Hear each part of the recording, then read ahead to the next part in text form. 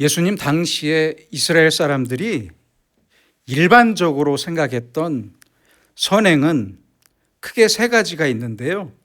바로 기도와 구제와 교육입니다. 교육. 지금의 우리는 선행이나 구제를 생각하면 물질적인 구제만 생각하기가 쉽습니다. 하지만 우리의 기도도 선행입니다. 우리의 기도도 선행이에요. 나 자신을 위해서 기도하는 것도 중요하지만 다른 사람을 위해 기도해 주는 것, 이것은 아주 대단히 중요한 선행입니다. 기도를 통해 구제할 수 있기 때문입니다. 이렇게 남을 위해 기도하는 것이 선행이 되고 내가 가진 물질로 구제하는 것도 물론 선행이고, 그리고 교육, 남을 잘 가르치는 것도 선행입니다.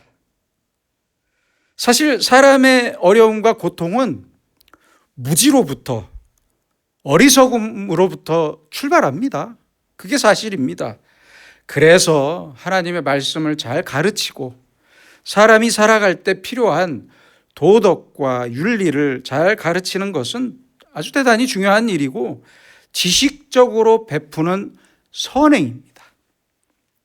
그래서 과거 이스라엘 사람들은 남을 위해 기도하는 것, 물질로서 구제하는 것, 그리고 지식을 가르치는 것, 이렇게 세 가지의 측면에서 선행을 이해했습니다.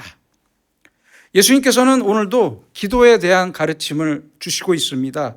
사람들이 기도할 때 그 마음은 좋은 마음이지만 잘못된 방법으로 기도할 때가 분명히 있고, 아예 처음부터 잘못된 마음으로 기도할 때도 있다는 말씀이고, 기도할 때는 거룩하고 겸손하고 온전한 마음으로 기도해야 한다는 말씀입니다. 예수님께서는 이방인의 잘못된 기도를 예로 말씀하셨는데요. 이방인들의 잘못된 생활 양식을 가지고 살다가 갑자기 예수님을 믿게 되었다고 합시다. 그때 당시에 갑자기 예수님을 믿게 되었다고 합시다. 그러면 그 잘못된 생활 양식이 안타깝게도 신앙생활에도 그대로 나타납니다.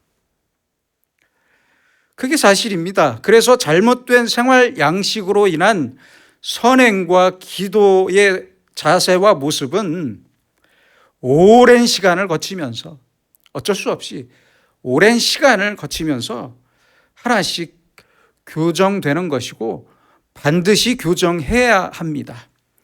이방인들처럼 우상에게 기도하는 방식으로 하나님께 기도하지 말라는 말씀이에요. 아주 중요한 말씀입니다. 지금 생각해 보면 지금도 마찬가지지만 샤머니즘이 아주 강했던 우리나라 사람들에게는 무당에게 비는 방법으로 기도하지 말라, 이런 말씀으로 생각할 수도 있습니다. 다시 말하면 내 기도를 듣는 분이 바뀌었어요. 그렇죠?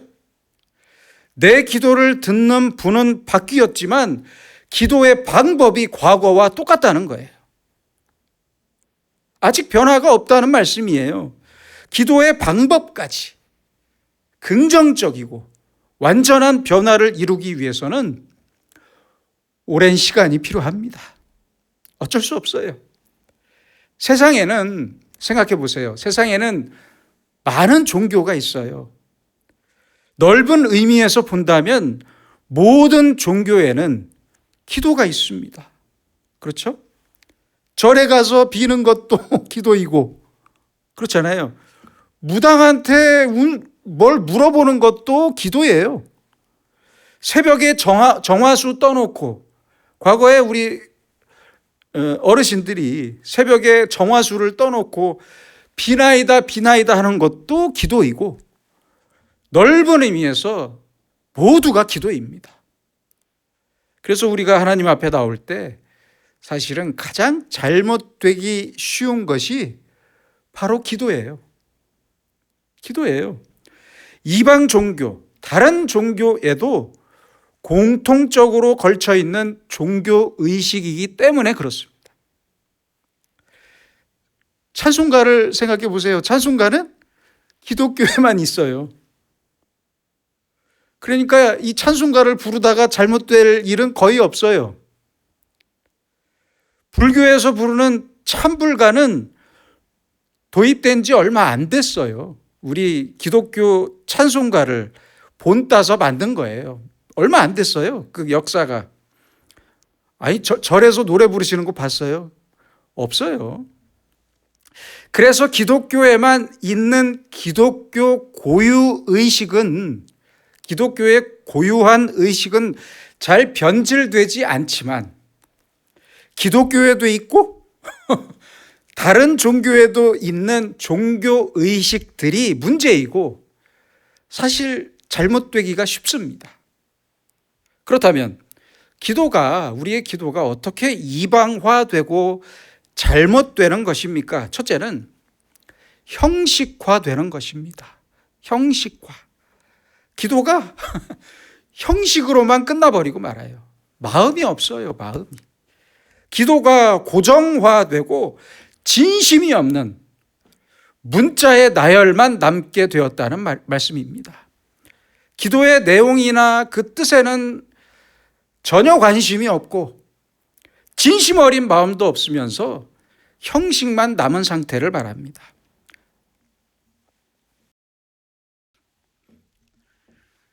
어떤 분이요, 6살 된 딸에게 늘 식사 기도를 하게 했는데 어느 날은 늘 하던 대로 기도하다가 머뭇거리면서 딸아이가 마지막에 이렇게 기도하더랍니다. 하나님, 아주 착한 꼬마애를 아주 착한 꼬마애를 우리 집에 보내주셔서 감사합니다. 그래서 부모님들이 놀라서 착한 꼬마애? 그게 누구야? 그랬더니 숟가락으로 자기 자신을 가리키더랍니다. 그래서 가족들이 모두 웃을 수 있었고 자기 자신에 대한 감사를 잊어버리고 산 것을 딸을 통해서 알 수 있었다고 합니다. 여러분, 이렇게 형식만 남은 기도에는 내 마음을 담을 수가 없어요. 그렇잖아요. 그래서 진정한 감사도 드릴 수가 없습니다. 그래서 언제나 형식화된 기도를 조심해야 합니다. 둘째는 의식화되는 것입니다. 의식. 이것은 기도가 습관화되는 것을 말하는 것이고 종교적인 의식만 남게 되는 것을 말합니다. 어떤 사람들은 기도할 때 무조건 무릎을 꿇어야 한대요. 그리고 어떤 사람들은 기도할 때는 무조건 서서 해야만 한다고 해요. 유대인들을 예로 들어볼까요? 그 사람들은 지금도 서서 큰 소리로 기도하는 것을 기도의 기본 자세로 생각합니다. 그게 사실입니다. 이렇게 일정한 모습의 의식이 기도의 모습을 지배하게 됩니다. 우리나라도 그렇잖아요. 우리나라도 지금이야 예배당에 의자가 있지만 의자에 앉아서 예배도 드리고 기도도 합니다만 불과 몇십 년 전 과거에는 의자가 어디 있어요? 의자 없어요. 그냥 맨바닥이었어요. 그냥 바닥에 앉아서 예배를 드렸고 그래서 기도할 때는 그대로 바닥에 무릎을 꿇고 기도했습니다. 그랬잖아요. 부흥회 때도 그랬어요. 무릎을 안 꿇고 그냥 양반다리로 앉아서 기도하면 건방진 사람이라고 손가락질했어요. 지금도 이스라엘의 회당에 가서 보면 찬송할 때는 앉아서 찬송하다가 기도합시다 하면 다 일어서요. 다 서서 기도합니다. 이렇게 기도하는 것이 모두 의식화된 모습을 잘 말해주고 있는 것입니다.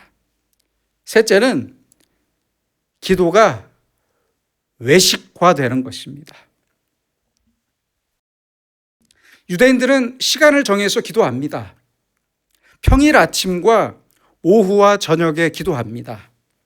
그래서 오늘 말씀 5절에 보시면 회당과 큰 거리 어귀에 서서 회당과 큰 거리, 사람 많은 큰 거리 어귀에 서서 기도하기를 좋아하느니라.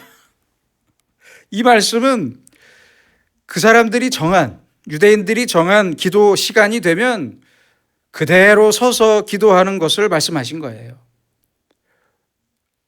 사람들이 많은 곳에서 기도하면서 자기가 기도하는 모습을 사람들에게 보여주고 자랑한다는 거예요. 그런 말씀이에요.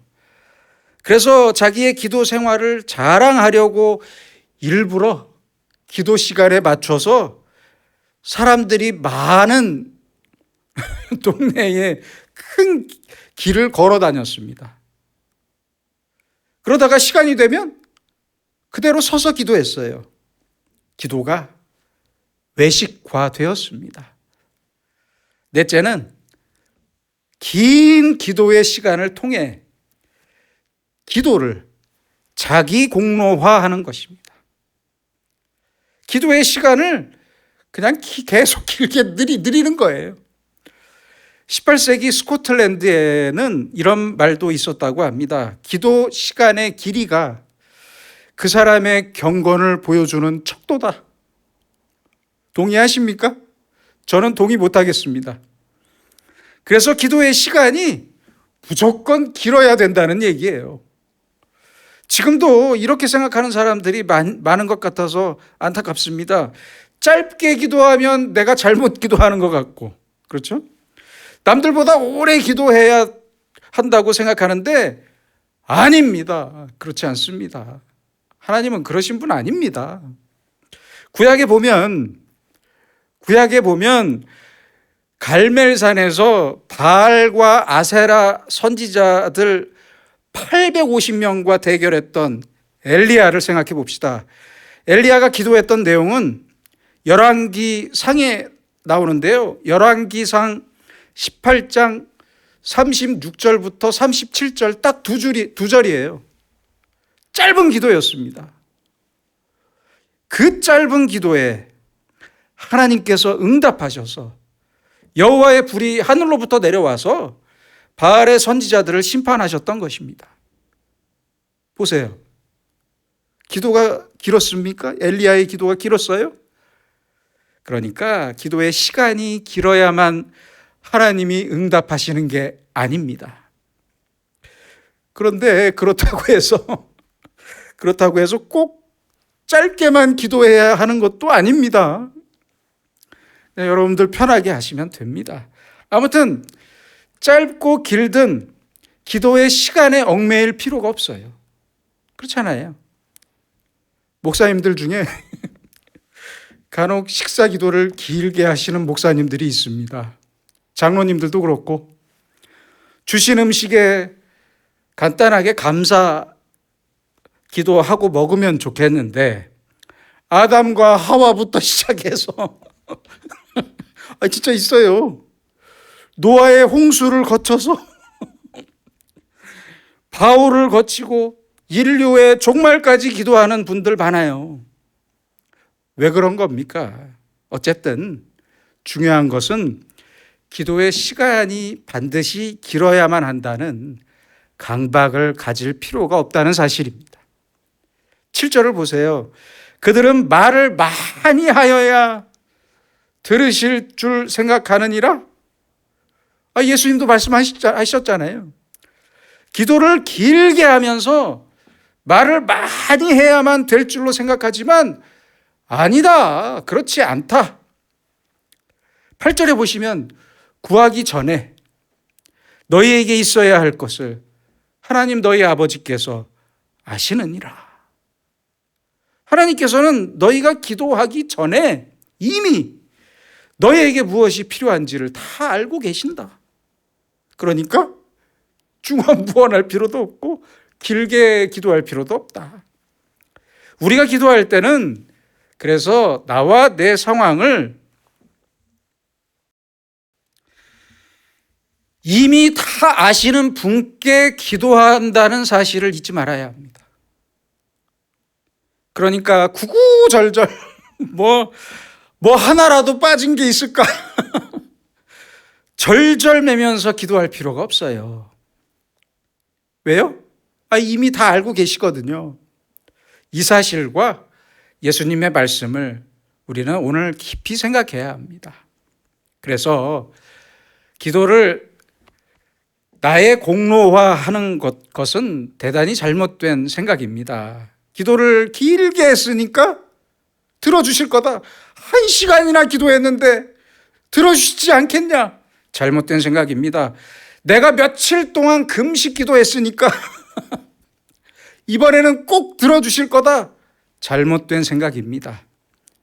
이렇게 기도 생활을 스스로 나의 공로로 만들어서 하나님의 뜻을 먼저 헤아리기보다는 내 소원을 어떻게든 하나님께 관철하겠다는 생각은 대단히 잘못된 생각입니다. 고쳐야 합니다.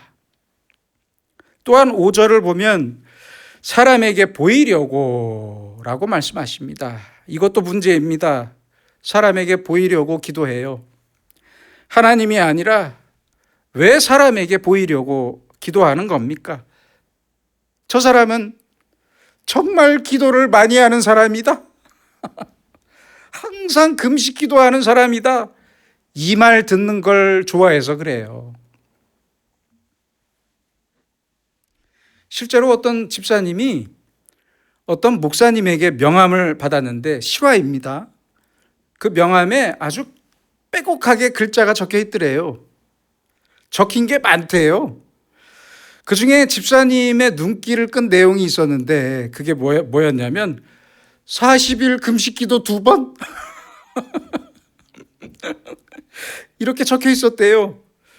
이렇게 자기의 기도를 사람에게 보이려고 하는 것이 큰 문제입니다. 자기의 기도를 사람들에게 칭찬받는 도구로 사용하는 것은 사용하겠다는 생각은 대단히 잘못된 생각입니다. 그래서 예수님께서는 6절에서 이렇게 기도하라고 가르치십니다. 너는 기도할 때에 내 골방에 들어가 문을 닫고 은밀한 중에 계신 내 아버지께 기도하라. 얼마나 귀한 말씀입니까? 은밀한 중에 보시는 내 아버지께서 갚으시리라. 골방에 들어가 기도하라는 말씀은 무슨 뜻입니까?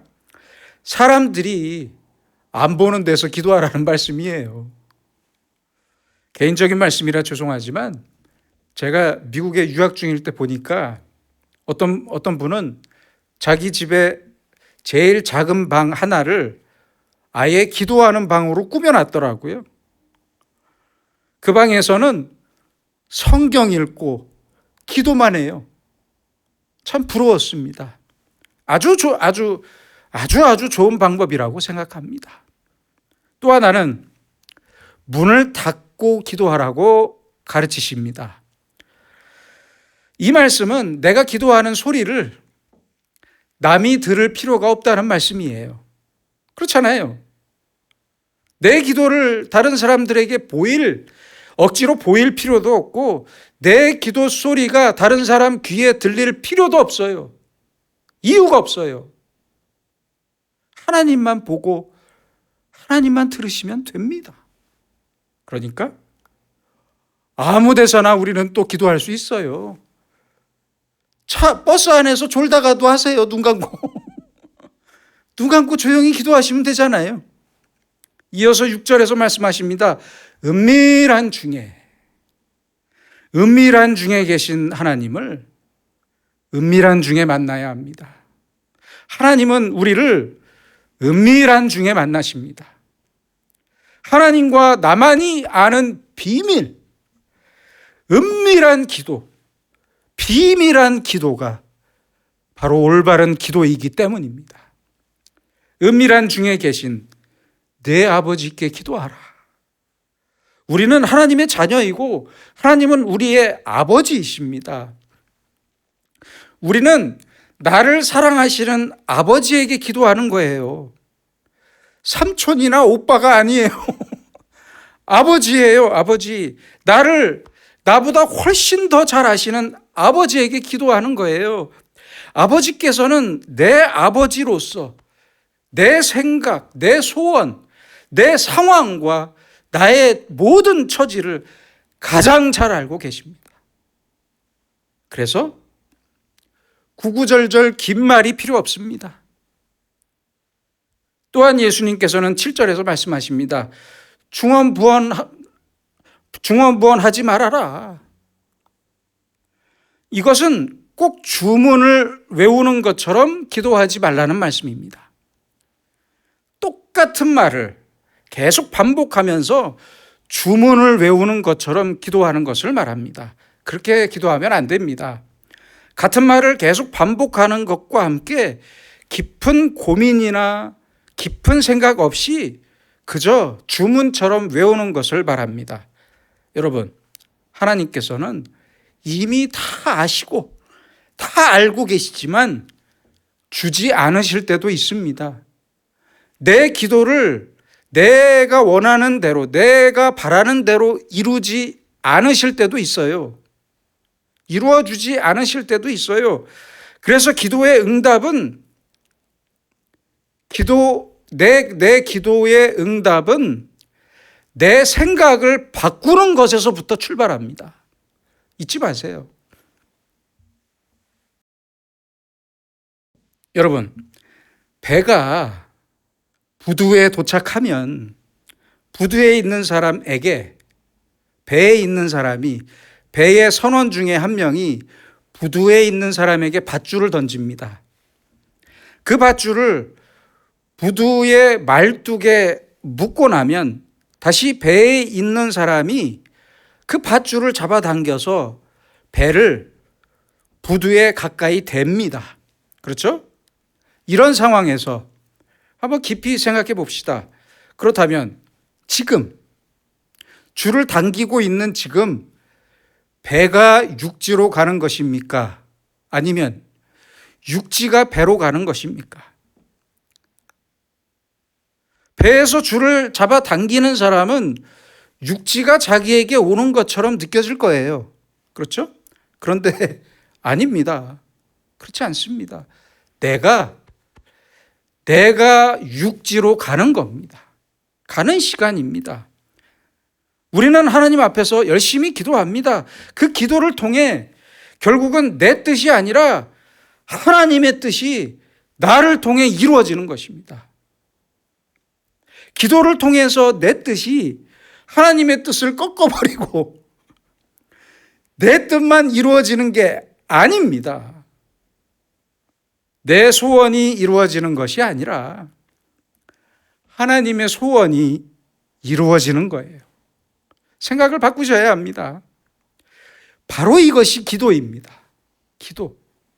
그래서 기도를 통해서 우리는 하나님의 뜻을 알고 하나님의 뜻을 느끼고 하나님의 뜻을 감사하면서 하나님의 뜻으로 내 뜻이 전환되고 바뀌는 거예요. 그게 기도예요. 육지가 아닌 배가 육지로 가는 것처럼 말입니다. 열정적으로 기도하는 것은 좋은 일입니다. 그러나 우리의 기도가 무조건 내 뜻과 내 욕심만을 이루기 위해 하나님의 깊은 지혜와 인도하심과 하나님의 뜻을 외면하면서 단순히 기복적이고 외식적인 기도는 아니었는지 깊이 돌아봐야 합니다. 남아공의 목회자였던 앤드루 머레이 목사님은 이런 말을 했습니다. 마음에서 우러나오는 하나님과의 진실하고 은밀한 교제가 계속될 때 이것은 사람들과의 공적인 생활 속에서 충분히 보상을 받게 될 겁니다. 은밀한 중에 보시는 우리의 아버지는 공개적으로 우리를 책임져 주시고 갚아주십니다. 미국의 변호사이자 목사였던 에드워드 바운즈 목사도 이런 말을 했습니다. 엘리야의 끈질기고 불같은 기도와 하나님의 약속은 비가 오게 했다. 약속이 가장 크고 귀한 결과를 낳게 하는 것은 지속적이고 끈질긴 기도이다. 예수님께서도 오늘 우리에게 분명히 말씀하십니다. 은밀한 중에 계신 내 아버지께 기도하라. 기도하라. 은밀한 중에 보시는 내 아버지께서 갚으시리라. 기도하겠습니다. 자비하시고 은혜로우신 주님, 우리로 하여금 멈추지 않는 기도의 주인으로 살게 하옵소서. 더 겸손하게 기도하게 하시고 더 성실하고 더 진실하게 기도하면서 주님을 향한 진실한 사랑을 고백하고 조용히 오직 주님의 뜻과 능력을 구하게 하옵소서. 기도의 행위에 치우치지 않는 진실한 기도를 하고 주님의 귀에 시끄러운 잡음이 아닌 진심 어린 기도를 통해 나와 가족과 이웃과 이 세대를 통해 이루시길 원하시는 주님의 뜻을 실현하면서 큰 기쁨을 누리는 주님의 제자로 살게 하여 주시옵소서. 예수님의 이름으로 기도드립니다. 아멘.